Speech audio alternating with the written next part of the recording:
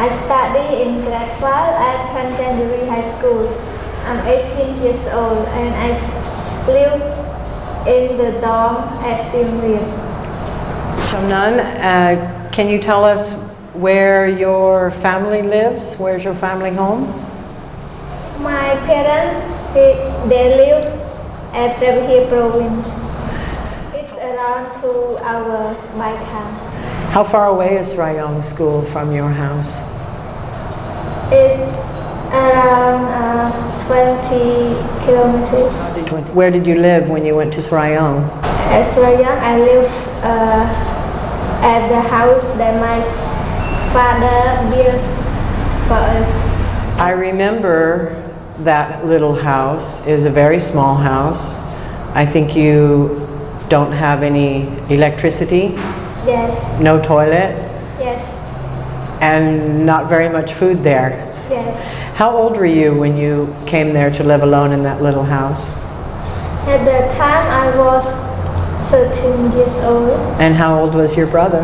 And my brother was 12 years old. What was the hardest thing about living in that small house? When I lived with my brother, I didn't know how to cook. And because when I lived with my parents, I didn't do it. Yeah. And my mother was already cooked. Yeah. And also every day we ate only boiled eggs and fried eggs. Boiled eggs and rice? Yes. Every day. Yeah. How long did you live in that little house? It was 5 months. 5 months. Then my father contacted with teacher Sindri to ask for us to stay at the dorm. So PLF had, at that time, had a dormitory next door to your little house? Yes. Yeah? And you saw that we had a lot of students there also come from the faraway place to Yes. study. And so your father came to ask if you could live there. Why did he want you to live there? Because he thought that he didn't have enough money to pay for us Yeah. to go to when to study at the dorm. There was enough food, and I can got school uniform, school supplies, and new bike, and I feel safe. Safe, yeah. So how long did you stay at the dorm in Srayong? 3 years. 3 years. And when you finished grade 9 and you passed the grade 9 exam, what was next for you? I went to live at Siem Reap. So when you came to Siem Reap, what was different about Siem Reap from when you were at the dorm in Srayong? At Siem Reap, the first time I was afraid of the way from home to school because there were a lot of cars, a lot of motorbikes. A lot of traffic. Yes. Uh-huh. So were you scared? Yes. Yes. Are you scared now? No. No. You're in grade 12 now, so in December you will finish grade 12. And then what's next for you? I will go to study at university. When we had the COVID situation in Cambodia and the schools closed in March, what did you think then?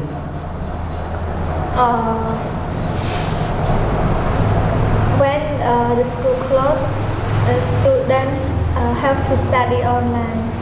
Did you ever study online before? No, I didn't. It's very difficult because I think some students they don't have smartphone, and some students they have smartphone but they don't have time to study. They are busy to have their parents to do some work. Yeah. Anything. Yeah. The situation in Siem Reap has normally a lot of tourists to see Angkor Wat. So a lot of people in the town, their family doesn't have any more money because no tourists, right? Yes. So a lot of the students like that, they need to go to work for their family, right? So you didn't go to work. Instead, you stayed here at the dorm since March and studied online with your group, yeah? Can you tell me how that was? How was it in the beginning? How was it compared to now? The beginning was difficult because we never studied online before, and after that we can study better than before. Yeah. Do you think that in the future, when the girls come back from the village from grade 10 and 11 for next year, do you think they should continue the online classes? Yes, they should. They should? Yes. You think it's helpful? Yes. In your future, what kind of job do you want to have, and what do you want to study in university? In the future, I want to be a chemistry teacher. And if we want to be a chemistry teacher, where do we have to go to study? We have to go to Phnom Penh. We have to go to Phnom Penh. Do you know the name of the university where you need to go? Yes, Royal University at Phnom Penh. If you want to say something, I know that you have one brother still at home. You are the oldest, but you have your youngest brother at home who starts to grade 7. Do you have some advice that you would give to someone like him or anybody who has to work hard to go to school? I have some advice to generation. They should try to study hard and don't give up. There are no problem that we can't resolve it, and do what they love. And if we want to build the country, we should build ourselves. Is there anything else you want to tell us today? No, that's all. Okay, thanks for talking to us. Thank you.